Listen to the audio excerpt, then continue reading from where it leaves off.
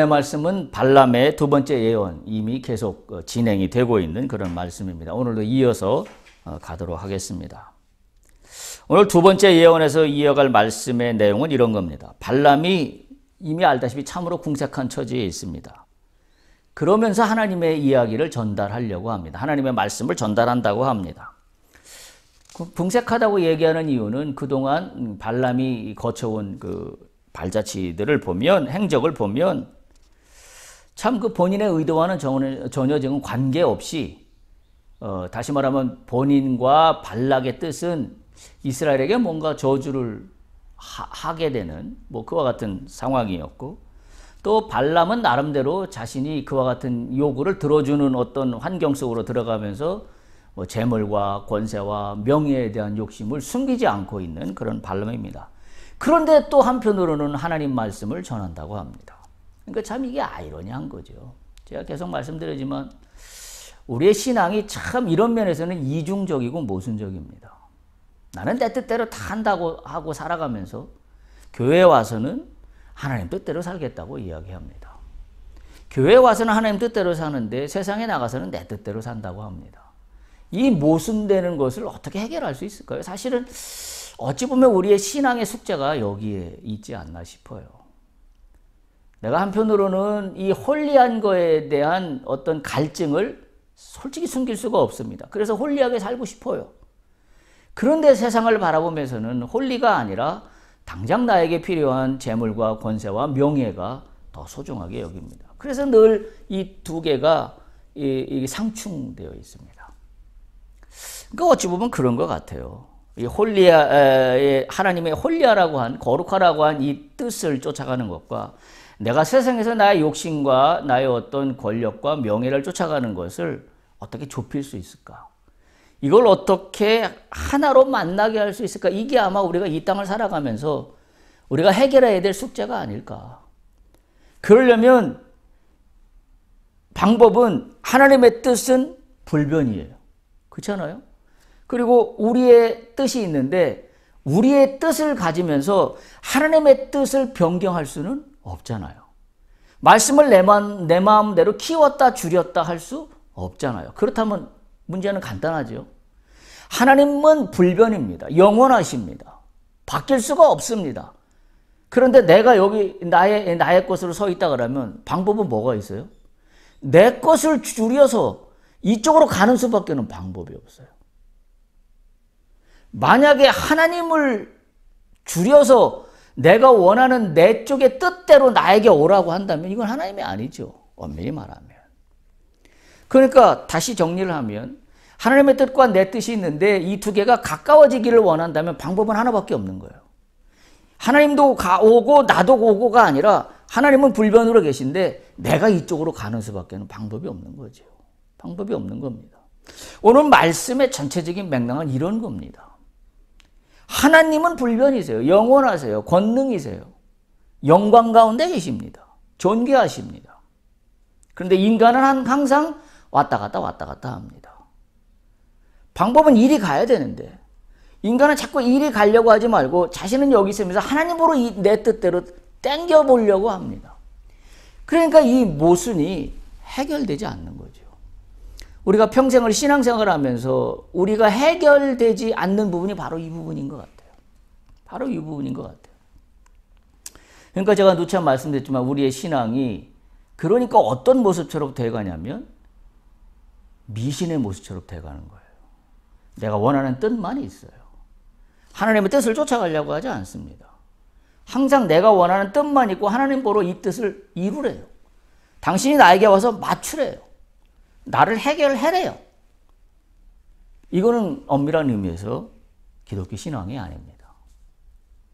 오늘 우리가 말씀 속에서 그걸 다시 한번 좀 깨달을 수 있기를 바랍니다. 그래서 제가 오늘 그 말씀의 제목을 이렇게 정했어요. 하나님은 조정의 대상이 아니라 경배의 대상이다.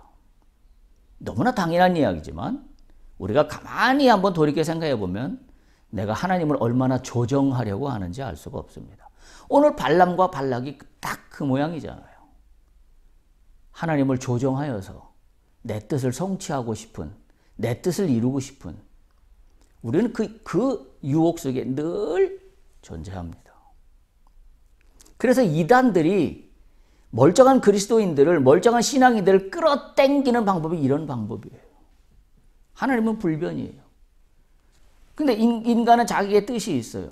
이쪽으로 가는 건 이거 인간들이 그렇게 쉽게 용납하지 않아요.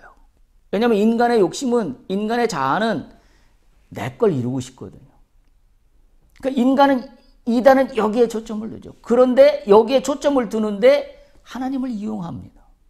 왜? 하나님이 우주를 창조하시고 절대자시고 소위 비교할 수 없는 권능을 갖고 계시고 지금도 우주를 운행하신다는 성경의 말씀은 그대로 인용해요. 그러면서 이단들이 하는 건 뭐예요? 이 권능을 내가 이용하겠다는 거예요. 당신들이 교주인 나에게 모든 걸 다 바치면 내 힘으로 하나님을 끌어당겨서 네 소원을 이루게 해주겠다는 거예요. 이게 이단의 전략이에요. 근데 오늘날 가만히 생각해 놓고 보면 이 전략이 이단의 이야기로만 이야기하기에 너무나 우리 스스로가 부끄럽습니다. 왜? 나도 내 신앙을 가만히 놓고 보면 내가 원하는 뜻이 있고 하나님 보러 여기 와서 나를 도우라는 겁니다. 뭐 하냐는 거예요, 하나님이. 그 권능이 우주에 찼다며 그 권능을 갖고 나를 안 도우고 뭐 하냐? 그러니까 나를 와서 도와라. 이런 거 아닌가요? 제가 너무 극단적으로 표현하는지 모르겠습니다만. 우리가 다시 한번 정확히 정리할 수 있길 바랍니다. 하나님은 조정의 대상이 아닙니다. 내가 쥐락펴락할 수 있는 대상이 아닙니다.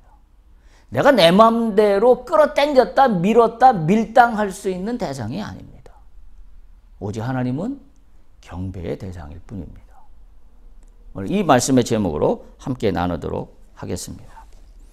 오늘 말씀을 보면 17절에 보면 민수기 23장 17절에 보면 발락이 드디어 귀를 쫑긋 세우고 발람이 무슨 말을 할지 하나님을 만나고 왔다니 하나님이 뭐라고 하시더냐라는 거죠. 17절에 보면 발람이 가서 본즉 발락이 번제물 곁에 섰고 모압 고관들이 함께 섰는데 발락이 발람에게 이르되 여호와께서 무슨 말씀을 하시더냐. 이 이야기의 속뜻은 뭐예요? 속마음은 이런 거죠. 발락 입장에서는 내가 이스라엘을 저주하고 싶은데 하나님이 이리 땡겨오겠냐? 하나님이 내 소원을 들어주겠냐? 이 말뜻이 여기에 들어있어요. 여호와께서 무슨 말씀을 하시더냐? 그렇지 않겠어요? 우리가 어떤 기대를 가지고 누구에게 대화를 합니다. 또는 누구에게 어떤 부탁을 했다라고 가정을 해본다면 우리가 그 사람에게 어떻게 됐어? 무슨 얘기를 뭐라고 누구한테 들었어? 라고 할 때는 뭐예요? 내가 원하는 뜻대로 그쪽에서 대답해 주기를 원하는 마음이 내 안에 굉장히 큽니다. 그러니까 여기에는 그 뜻이 숨어 있어요. 여호와께서 무슨 말씀을 하시더냐. 그랬더니 발람이 좀 다른 이야기를 합니다. 18절에 보면 이렇게 이야기해요. 발람이 예언하여 이르기를 발락이여 일어나 들을지어다 십볼의 아들이여 내게 자세히 들으라. 아마 이 장면에서 발락이 깜짝 놀라지 않았을까 싶어요. 예를 들면 여호와께서 무슨 말씀을 하시더냐라고 궁금해서 물어봤는데 오히려 발람이 들으라 십볼의 아들이여 내게 자세히 들으라 뭔가 하나님의 호통치는 소리 같은 소리가 아마 들려서 발락이 굉장히 당황스럽지 않았을까. 이 대목의 그림이 저는 그렇게 그려집니다. 발람의 입을 통해 하나님은 당신이 누구신가를 오늘 명백히 드러내십니다. 오늘 그 말씀이 제가 드리고자 하는 말씀입니다. 19절 20절 보세요. 주 말씀이 여기에 포함이 되어 있는데요. 하나님은 사람이 아니시니 거짓말을 하지 않으시고 인생이 아니시니 후회가 없으시도다. 어찌 그 말씀하신 바를 행하지 않으시며 하신 말씀을 실행하지 않으시랴. 내가 축복할 것을 받았으니 그가 주신 복을 내가 돌이키지 않으리라. 하나님은 어떤 분인가? 첫째, 하나님은 거짓말도 아니하시고 후회도 아니하신다. 그러니까 우리 인간들이 착각하는 게 뭐냐면 하나님을 나 같은 인간이라고 자꾸 착각하고 싶어요. 그러니까 그분을 끌어당겨다가 내가 원하는 목적을 위해서 사용하려고 그러지요. 하나님은 우주를 창조하시고 지금도 우주를 섭리 가운데 운행하시는 절대자 신입니다. 가드입니다. 우리가 이걸 잊으면 안 돼요. 그래서 그걸 다시 한번 확인시키고 있는 겁니다. 하나님은 사람도 아니니 거짓말도 하지 아니하시고 인생도 아니시니 후회가 없다. 우리가 하나님이 누구신가를 명백히 알아야 합니다. 그러니까 우리가 믿는 하나님은 뭐예요? 절대 불변의 영원하신 진리라는 거예요. 왜? 그분은 거짓말도 아니하시고 후회도 아니하신다. 이 이야기는 뭐예요? 거짓말도 아니하시고 후회도 없다는 이야기는 다른 말로 바꾸면 뭡니까? 이거는 무슨 이야기냐면 하나님은 절대자다. 인간처럼 한 번 그분의 뜻이 정해진 거에 대해서 인간이 어떻게 한다 그래서 왔다 갔다 할 분이 아니다. 그 이야기를 여기에 담고 있는 겁니다. 사람이 아니니 거짓말도 아니하시고 인생이 아니니 후회가 없으시도다. 후회가 없으시도다. 이스라엘 백성들을 보면 사실 이게 이런 말씀을 드리는 이유가 이스라엘 백성들이 하는 짓을 보면 하나님이 후회하실 만도 하시잖아요. 지금 이 민수기에서 광야 가운데 지내오는 동안에 얼마나 업앤다운이 많았습니까? 심지어는 하나님을 부정하기도 하고 애국으로 차라리 돌아가는 게 낫다고 말하기를 않나? 차라리 이 광야 땅에서 죽여달라고 하지 않나? 근데 하나님의 계획은 뭐예요? 이스라엘 백성들을 데리고 어디로 가는 거예요? 가나안으로 가는 겁니다. 이 과정 속에 어떠한 일이 있다 손치더라도 하나님은 그대로 이루십니다. 할렐루야. 이게 우리에게 소망이에요.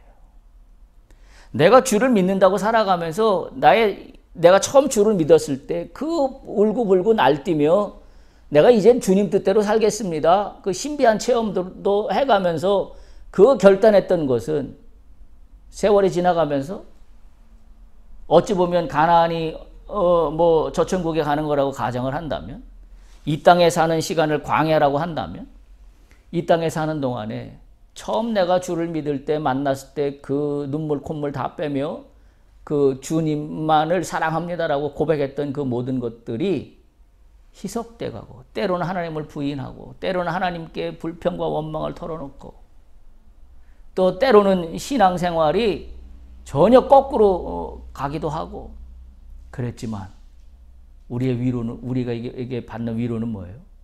그럼에도 불구하고 하나님은 날 버리지 않는다. 이게 오늘 이 말씀에서 주신 하나님이에요. 만약에 하나님이 인생처럼 거짓말도 하시고 후회도 하신다 그러면 우리에게 소망이 없습니다. 왜? 내가 잘못한데도 그대로 벌을 받을 거기 때문에. 하나님은 나에게 뜻하신 말을 당신의 뜻이 나를 통하여 내 인생 가운데 실현되기를 원하시면서 지금 이렇게 견인해 가고 계신데 그 견인해 가는 걸 성령께서 책임지고 계시죠. 성령께서 나를 견인해 가고 계신데 성령의 하나님께서 나를 견인해 가고 계신데 내가 엉뚱한 길로 돌아갈 때마다 또는 하나님이 아닌 그 어떤 걸로 갈 때마다 하나님이 나를 선택하신 것에 대해서 후회를 하셔서 그 나에게 약속하신 그 모든 것들을 다 철회해 버리신다라고 한다면 우리에게 소망이 없습니다. 저는 오늘 이 말씀 속에서 이 소망을 발견합니다. 그러네. 하나님은 후회도 아니하시고 거짓말도 아니하시고 이거는 단지 그때 이 민수기 배경의 이스라엘 백성에게만 해당되는 말이 아니라 오늘 우리에게도 그대로 주어지는 말씀입니다. 한번 생각해 보세요. 가끔 말씀드리지만 얼마나 답답한 일들이 지금 이 이스라엘 백성들 가운데 펼쳐지고 있습니다. 광야 가운데서. 그 먹을 거 없는데 만나와 메추라기를 먹여주는데도 먹고 나서 불평해요.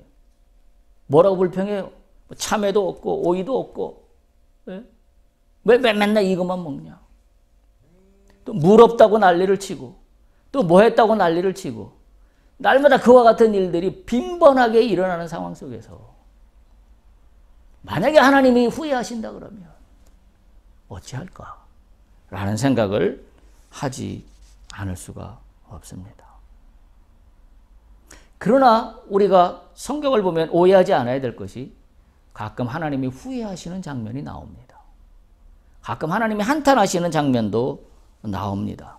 그래서 하나님의 뜻, 원래의 뜻을 변경하시는 그런 모습도 나타나곤 합니다. 진짜 하나님의 모습은 뭘까? 엄밀히 말해서 하나님의 모습은 그 모든 것이 하나님입니다. 우리가 착각하지 않아야 되는 것은 하나님은 인간이 뜻한 바대로 그분의 계획을 변경하거나 후회하거나 또는 상황을 바꾸시는 분이 절대 아닙니다. 만약에 그분의 그 어떤 후회하거나 한탄하는 모습이 비춰졌다면 그것은 하나님의 뜻에, 하나님의 그 예정에 그 사람이 포함되지 않았다라는 의미예요. 그 대표적인 사람이 사울입니다. 다윗 왕이 되기 전에 그 사울 왕. 그때 하나님 그때는 후회한다고 말씀하셨어요. 후회한다라는 것을 후회한다라는 거에 초점을 둘 게 아니라 우리는 어디에 초점을 둬야 돼요? 하나님의 뜻이 무엇일까에 대해 초점을 맞춰야 됩니다. 그때 우리의 삶이 훨씬 더 풍요하게 된다는 사실을 기억할 수 있기를 바랍니다. 하나님은 전지전능하시기 때문에 후회하실 필요가 없는 분입니다. 그러나 인간을 너무나 사랑하셔서 너무나 아끼는 마음에 만약에 하나님이 이런 하나님이 아니라 그러면 우리에게 자유의지를 주지 않았을 겁니다. 그런데 하나님은 어떤 하나님이냐면 우리에게 자유의지를 주셨어요. 늘 우리가 그런 의문 가운데 있잖아요. 하나님이 이렇게 우리에게 무슨 벌도 주시고 징계도 주시고 뭐 할 것 같으면 순종하지 않는다라고 말씀하실 것 같으면 우리를 로봇처럼 만들지. 기계로 만들지 말하자면. 근데 하나님은 그렇게 영광받기를 원치 않으십니다. 우리의 온 몸이 하나님께 찬양과 영광을 드려 그분이 그걸 그대로 받기를 원하십니다. 그게 하나님의 뜻인 거죠. 그게 하나님의 뜻이에요. 그래서 우리에게 남아있는 게 뭐냐면 나에게 허락하신 이 자유의지를 내가 어떻게 쓸 것인가? 내가 어떻게 잘 사용할 것인가? 아까 얘기로 다시 돌아가면 하나님의 뜻이 여기 있고요. 나의 뜻이 여기 있습니다. 이게 뭐 합하여진다 그러면 뭐 더 알라였겠지만 사실은 그런 인간이 어디 있겠어요? 완벽하게 합하여지는 인간은 아무도 없습니다. 왜? 인간은 죄 가운데 있기 때문에. 하나님은 거룩하시고 인간은 죄를 갖고 있기 때문에 이게 완전히 합해질 수는 없어요. 만약에 완전히 합해질 수 있다라고 이야기한다면 그거는 거짓말입니다. 그거는 어떻게 이야기하냐면 인간의 죄가 없다라고 가정할 때는 가능해요. 그 딱 합해지는 분이 딱 한 분 계시죠. 그게 누구예요? 그게 예수 그리스도잖아요. 인간이시지만 죄가 없으신 분, 유일하신 인간, 죄 없는 유일한 인간. 그러면서 신이신 그분. 그분 외에는 하나님과 내가 완전히 합해질 수는 없습니다. 하나님이 여기 있고 내가 여기 있다고 한다면 이 가운데 어떤 강이 흐르고 있냐면 소위 지금으로 얘기하면 자유의지의 강이 흐르고 있습니다. 하나님과 내 사이. 이 자유의지를 어떻게 사용하느냐에 따라서 내가 하나님 앞에 더 가까이 가는 거고 이 자유의지를 어떻게 사용하느냐에 따라서 내가 하나님으로 더 멀어질 수밖에 없는 그 자유의지입니다. 사람이 하나님의 주신 자유의지를 악하게 사용하여서 하나님을 실망시킨 대표적인 사건이 창세기에 나오는 노아의 홍수입니다. 그래서 심판을 아시지요. 죄가 그때 심판하실 때 성경 그렇게 기록하잖아요. 죄가 세상 가운데 관영했다라는 표현을 하고 있습니다. 얼마나 죄가 심각하게 관영했으면 그 얘기는 다른 말로 표현하면 뭐예요?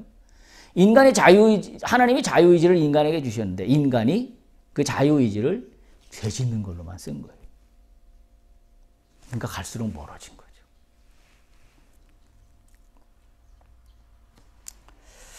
오늘 민수기 23장 19절에 보면 그래서 이 말씀이 나온 겁니다. 하나님은 한계가 있는 피조물이 아니라 영원하신 하나님이며 전능하신 하나님이다라는 말씀을 하고 있는 겁니다. 지금 발람이나 발락이 보여주고 있는 것처럼 자신의 목적만을 위해서 축복하기로 결정한 이스라엘 백성을 자신들의 목적으로 하나님이 동전 뒤집듯이 저주할 대상으로 절대 여기지 않으신다라는 것을 지금 확인받고 있는 겁니다. 그래서 이 말씀을 첫 번째로 주신 거예요. 하나님은 후회하지도 않고 하나님은 거짓말하지도 않는다. 왜? 사람도 아니고 인생도 아니기 때문이다. 창조주 되신 하나님은 피조물을 창조하시기도 하지만 인간처럼 그 감정에 따라서 쉽게 업앤다운을 가지도 않는다는 사실이에요. 사실 그래서 여기에 우리가 희망이 있다는 말씀을 드릴 수밖에 없어요. 우리가 이렇게 생각하시면 됩니다. 창조주 하나님을 우리는 성경을 아버지라고 합니다. 왜 아버지라는 표현을 성경이 쓰고 있을까요? 그건 아버지가 자식을 사랑할 때 그 의미입니다. 여러분, 우리가 세상 가운데에서도 아버지가 자기 자식들을 사랑할 때에 축복과 저주를 수시로 바꾸지 않습니다. 잘못이 있다 그래도 용납합니다. 참고 견뎌줍니다. 어떻게 하기를? 돌아오기를. 그 대표적인 예가 누구예요? 탕자의 비유 아닙니까? 탕자의 비유에서 둘째 아들. 아버지는 어떻게 했어요? 끊임없이 기다렸습니다. 아버지는 그 집 나간 둘째 아들에 대해서 저주를 퍼붓지 않았습니다. 오히려 첫째 아들은 저주를 퍼붓지 모르지만 아버지는 그러지 않았습니다. 아버지는 오히려 기다리며 잔치를 베풀어 주었습니다. 오히려 재산을 다 탕진하고 돌아온 둘째 아들을 환대히 맞아 주었습니다. 이게 아버지거든요. 바로 그런 아버지가 나의 하나님이라는 사실을 오늘 이 본문이 정확하게 우리에게 증거하고 있는 것입니다. 두 번째, 하나님은 어떤 분이시냐? 오늘 19절에 보면 두 번째 이렇게 하고 있죠. 19절 후반부죠. 어찌 그 말씀하신 바를 행하지 않으시며 하신 말씀을 실행하지 않겠느냐. 하나님은 어떤 분이다? 말씀하신 바를 반드시 성취하시는 분이다. 반드시 성취하시는 분이다. 그러니까 이걸 뒤집어 얘기하면 이런 거죠. 발람이나 발락이 어찌 감히 이러한 하나님을 너희들 마음대로 그분의 뜻을, 그분의 성취의 계획을 바꾸겠다고 하느냐. 이 어리석은 인간들아. 거꾸로 얘기하면 하나님이 나를 향하신 뜻이 있어요. 그 뜻을 내 뜻이 수정되고 변경됐다 그래서 내가 어찌 이것이 하나님 뜻이라고 하나님을 끌어당겨서 내가 내 멋대로, 내 원하는 대로, 내 유리한 대로만 바꾸려고 한다면 이게 지금 발락이나 발람하고 똑같은 거예요. 하나님은 어떤 분이시다? 반드시 말씀하신 바를 그대로 행하여 성취하시는 분이다. 이게 하나님에 대한 두 번째 오늘의 속성이에요. 일단 말씀하시면 반드시 실행하고 성취하시는 분이다라는 걸 지금 강조하고 있습니다. 인간들의 어떤 계략이나 술책에 의해서 하나님의 성취가 좌지우지 되는 게 절대 아니다. 다시 한번요. 하나님이 여기 있어요. 우리가 여기 있어요. 하나님을 끌어당겨서 그분의 계획을 바꿔서 나에게 끌어당기려고 한다면 우리는 이 계획을, 이 생각을 스톱해야 돼요. 오히려 거꾸로 어떻게 해야 돼요? 하나님의 뜻은 불변이기 때문에 어떻게 해야 돼요? 내가 이쪽으로 가야 돼요. 내가 맞춰야 됩니다. 더 엄밀히 말하면 내 계획을 내가 수정해야 합니다. 그게 인간이 해야 될 일이에요. 그래서 제가 오늘 말씀의 제목을 그렇게 정한 거예요. 하나님은 내 마음대로 조정할 수 있는 조정의 대상이 아니라 그분은 단지 경배를 받으실 분이다. 내가 그분에게 맞춰 나가야 돼요. 우리가 오늘도 한 걸음 한 걸음, 발을 한 걸음 한 걸음 세상의 삶을 한 해 한 해, 하루 하루, 한 달 한 달 살아갈 동안에 내가 조금씩 주님 앞으로 내가 맞춰 나갈 수 있다면 이게 진짜 믿음인 거죠. 이게 진짜 신앙인 거죠. 근데 나는 여전히 예나 지금이나 내가 원하는 내 욕심과 탐욕에 한 발짝도 물러서지 않으면서 하나님 보러 내 쪽으로 와 끌어당겨서 나를 어떻게 해보라고 한다면 이건 신앙이 아닌 겁니다. 믿음이 아닌 거죠. 그러니까 하나님을 너무 모르고 있는 겁니다. 이게 너무나 당연한 이야기인데요. 오늘날 이 신앙인들에 보면 너무나 하나님을 모르고 있어요. 다 어떤 식이에요? 나한테 와서 맞추라는 게 솔직한 이야기 아닙니까? 우리의 기도도 가만히 놓고 보세요. 다 나한테 와서 하나님 맞추라는 거예요. 나의 기도 제목이 있어요. 그러면 우리는 어떻게 돼요? 이 기도 제목이 하나님 뜻에 맞춰지도록 내가 기도해야 돼요. 근데 우리는 어떻게 기도해요? 내 기도 제목이 있어요? 하나님이 나에게 맞추기를 기도합니다. 그러니까 신앙의 성장은 물론이고 신앙의 성숙함이 평생을 믿어도 나타나지 않아요. 남아있는 건 하나밖에 없습니다. 미신적 신앙. 그거밖에는 남아있는 게 없게 되는 거죠. 발락과 발람을 통해 이스라엘을 저주하려는 의도가 얼마나 허망하고 쓸데없는 짓인가 하는 것을 본문은 의도적으로 하나님이 누구인가를 이야기하고 있습니다. 그러니까 다른 쪽에서도 비슷한 이런 문구들이 나오지만 오늘 문맥 속에서 이 하나님의 속성을 이해하셔야 돼요. 오늘의 문맥은 뭐예요? 발락과 발람이 하나님의 계획을 바꾸려고 하는 거예요. 그 가운데 첫 번째 주시는 말씀이 하나님은 인생이 아니시니 거짓말이 없고 사람이 아니니 거짓말 아니하시고 인생이 아니시니 후회 안 하신다. 그리고 두 번째 하나님은 말씀하신 바를 그대로 행하여 성취하시는 분이다. 이 상황 속에서 이 하나님이 어떤 분인가를 이해하셔야 돼요. 오늘의 이 문맥과 상관없이 하나님은 이런 분이야 이런 분이야 라고 이야기하는 게 아무런 의미가 없어요. 아무런 의미가 없습니다. 그것을 우리는 이해해야 되는 게 뭐냐면 제가 거듭 자꾸 반복해서 말씀드리지만 내 뜻이 하나도 변경하지 않으면서 하나님을 끌어다 당겨서 나에게 맞추려고 하려고 하는 게 지금 발락과 발람 상황과 내가 다를 바가 하나도 없다라는 거예요. 그런 의미에서 하나님이 누구신가 하는 것을 우리가 정확히 알아야 됩니다. 하나님은 영원하십니다. 하나님은 불변하십니다. 하나님은 말씀하신 대로 성취하시는 분입니다. 그렇다면 나는 내가 할 수 있는 일은 그분에게 가까이 가야 돼요. 한 발짝 가는 수밖에는 다른 방법은 아무것도 없다라는 사실입니다. 발락과 발람은 오늘 이 오류를 범하고 있는 거죠. 그래서 계속 이 말씀을 읽을 때마다 발람이 역겹게 느껴지는 것은 바로 그러한 이유 때문입니다.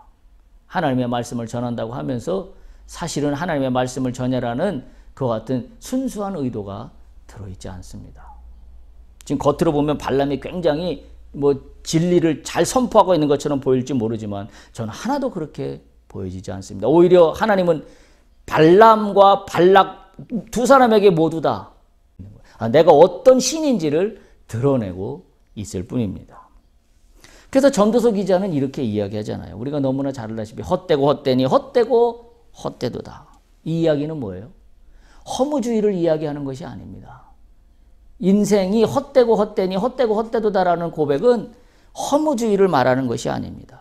인생이 자신의 계획이나 목적이나 또는 축복이나 저주나 또는 행복이나 고난이나 그 무엇이든지 그 어느 누구도 인간이 자기 능력으로 자기 상황을 마음대로 쥐락펴락할 수 있는 인간은 아무도 없다라는 거예요. 그래서 헛되다는 겁니다. 그래서 이건 허무주의를 이야기하는 게 아니라 인생의 한계가 그러하니 인간의 한계가 그러하니 왜 죄를 갖고 있기 때문에 그래서 누구든 자신의 인생 앞에 겸허해야 한다. 받아들여야 한다. 그리고 할 수 있는 일은 하나밖에 없다. 이 모든 걸 주관하시는 하나님께 무릎을 꿇는 수밖에, 그분을 경배하는 수밖에 다른 인생에 아무것도 할 일은 없다. 그래서 헛되고 헛되니 헛되고 헛되더라는 말을 하고 있는 겁니다.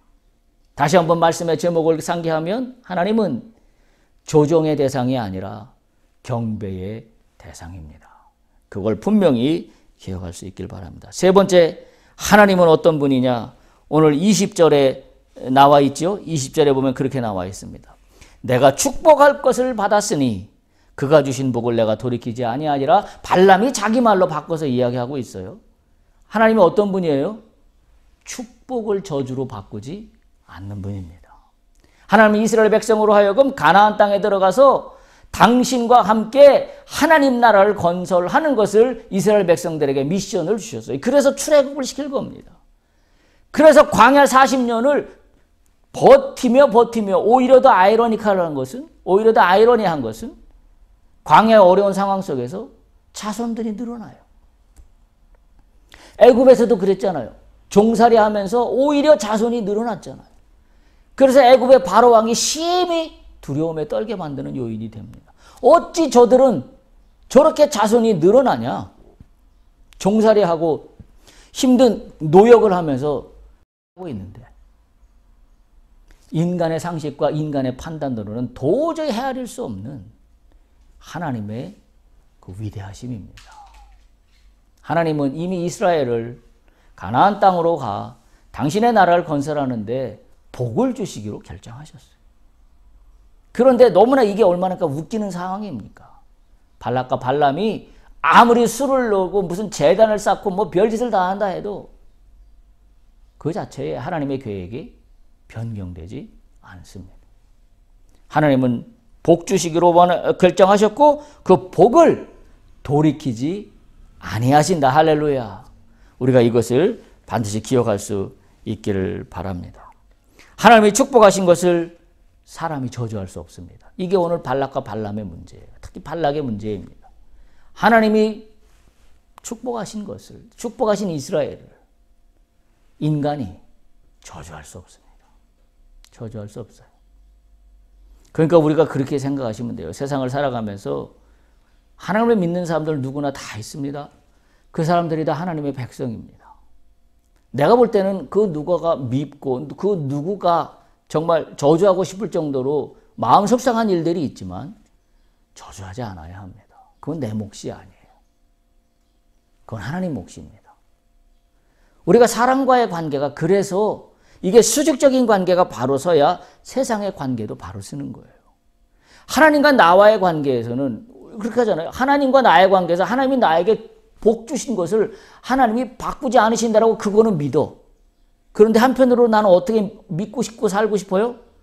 저 인간에 대해서는 하나님이 복 주시는 게 아니라 저주를 주시기를 나는 바래. 이렇게 살지 않습니까? 한편으로 미워하는 사람에 대해서. 근데 이 사람도 어찌 보면 하나님과의 관계 속에 있어요. 나도 하나님의 관계에 있다 그러면 이 나와 그 사람과의 관계도 하나님의 관계 속에서 그 사람을 이해해야 되는 거예요. 그래서 예수님이 그런 말씀을 주신 거잖아요. 내가 너에게 두 계명을 주노니 첫 번째는 하나님을 사랑하라. 두 번째는 뭐라고 그랬어요? 내 이웃을 네 몸과 같이 사랑하라. 그게 그 얘기입니다. 네 마음대로 저주하고 할 대상이 네 이웃이 아니다. 그래서 성경에 그 결정적으로 나오는 이야기가 선한 사마리아 사람 이야기가 거기서 나오는 거예요. 하나님의 영역에 있는 것을 인간이 마음대로 판단합니다. 아여 이방인. 유대인들 입장에서 봤을 때. 그런데 오히려 하나님을 잘 아는 종교 지도자들이나 그런 사람들은 다 그 강도당한 사람을 다 패스합니다. 근데 이방인이라고 여겼던 그 선한 사마리아 사람만 그 강도를 돌봐줍니다. 끝까지 돌봐줍니다. 성경을 보면. 이 사람은 어떤 사람이에요? 이방인이지만 하나님과 자신과의 관계가 바로 서 있는 사람이에요. 그러니까 그 관계를 그대로 이웃에게 적용하고 있는 겁니다. 신앙생활을 그렇게 엄청나게 진리 가운데 산다고 하면서 했던 그 율법주의자들은 하나님과 관계가 바로 서 있지 않다라는 증거가 뭐냐? 이 증거예요. 여기에서 그걸 패스했다는 것이 이 사람이 성경을 100번 알면 뭐하냐? 하나님과의 관계는 하나도 뭐가 뭔지를 알지 못하고 있다. 그걸 전적으로 드러내고 있는 게 선한 사마리아 사람의 사건 이야기하고 동일합니다. 오늘 발람과 발락이 범하고 있는 오류는 자신들이 뭐 하나님을 읊어대고 하나님 이름을 찾았으니까 발람은 특히 자기가 무슨 하나님의 말씀을 대단히 뭐 대언하는 사람처럼 착각하고 있는데 전혀 그렇지 않은 거죠. 그러니까 우리가 세상을 살아가면서 하나님과 나와의 관계가 바로 서 있는 것을 판단할 수 있는 또 하나의 척도가 있다면 내가 나의 이웃에 대해서 나는 어떤 시각으로 나의 이웃을 대하고 있는가. 내가 만약 이웃에 대해서 세상 사람들과 동일하게 저주와 미움과 무슨 뭐 그런 관계 속에만 누군가를 계속 바라본다고 한다면 난 하나님과의 관계가 바로 서 있지 않은 거구나. 이렇게 판단하시면 거의 틀리지 않습니다. 왜? 내가 하나님이 나를 사랑하셔서 내 인생을 견인하시는 것처럼 나는 저 사람 인생을 내가 볼 때는 개판 5분 전이라고 얘기할 수 있지 모르지만 저 사람도 하나님과의 관계에 있다라고 한다면 저거는 내 영역이 아니에요. 나는 그저 그 사람을 저주하지 않아야 되는 그런 의무를 내가 수행할 뿐이에요. 내가 저 사람을 축복할 수는 없을지 모르지만 적어도 저주하지는 않아야 합니다. 오늘 그 말씀을 하나님께서 나는 어떤 사람인가, 어떤 신인가라는 것을 우리에게 증거하고 있습니다. 오늘 이러한 그 인간이 마음대로 자신의 뜻대로 하나님을 움직여 보려는 이 계획 속에 하나님은 세 가지로 나는 어떤 신인가라는 걸 말씀하세요. 첫 번째, 하나님은 거짓말도 아니하시고 후회도 아니하시고. 두 번째, 하나님은 약속하신 말씀을 반드시 성취하시는 분이다. 세 번째, 하나님의 축복은 어느 누구도 관여할 수가 없다. 하나님이 축복하시기로 결정한 것에 대해서 인간이 마음대로 저주할 수 없다. 그래서 다시 한번 결론처럼 말씀드리지만 하나님은 조정의 대상이 아니라 경배의 대상일 뿐입니다. 우리가 읽었던 계시록 4장 11절을 한번 보시기 바랍니다. 요한계시록 4장 11절 다시 한번 읽어봅니다. 우리 주 하나님이요 영광과 존귀와 권능을 받으시는 것이 합당하오니 주께서 만물을 지으신지라 만물이 주의 뜻대로 있었고 또 지으심을 받았나이다 하더라. 아멘. 우리가 이 말씀을 잊지 않아야 해요. 오늘 이 계시록 4장 11절에는 하나님을 두 가지 칭호가 나옵니다. 하나는 주 하나님 시작할 때 우리 주 하나님. 다시 말하면 오직 여호와 한 분만이 우리의 주님이시다. 다른 어떤 신도 존재하지 않는다. 다른 어떤 것도 나의 주가 될 수 없다라는 걸 천명하고 있는 겁니다. 그런데 그 주님이 어떤 분이에요? 영광과 존귀와 권능을 받으시기에 합당하신 분이다. 우리 인생을 창조하신 목적이 거기에 있어요. 우리 인생을 창조하신 목적. 나로 하여금 하나님이 영광 받기를 원하십니다. 그게 인간을 창조한 첫 번째 목적이에요. 영광과 존귀와 권능을 받으시기에 합당하신 주님을 나는 어떻게 해요? 나의 목적을 실현하기 위해서 종 부르듯이 부리려고 한다 그러면 이게 엄청난 넌센스인 거죠. 이게 벌써 완전 틀려먹은 그와 같은 상황이 돼버리는 거죠. 두 번째 계시록 4장 11절에 보면 하나님을 어떤 하나님이라고 말씀하시고 있냐면 만물을 지으신 하나님이다 이렇게 표현하고 있습니다. 그 중간쯤에 보면 주께서 만물을 지으신지라 만물을 지으신 하나님입니다. 만물을 지으셨으니 만물이 그분의 뜻대로 움직입니다. 만물을 지으셨으니 그분의 뜻대로 모든 만물은 종속되어 있습니다. 우리가 이걸 인정해야 해요.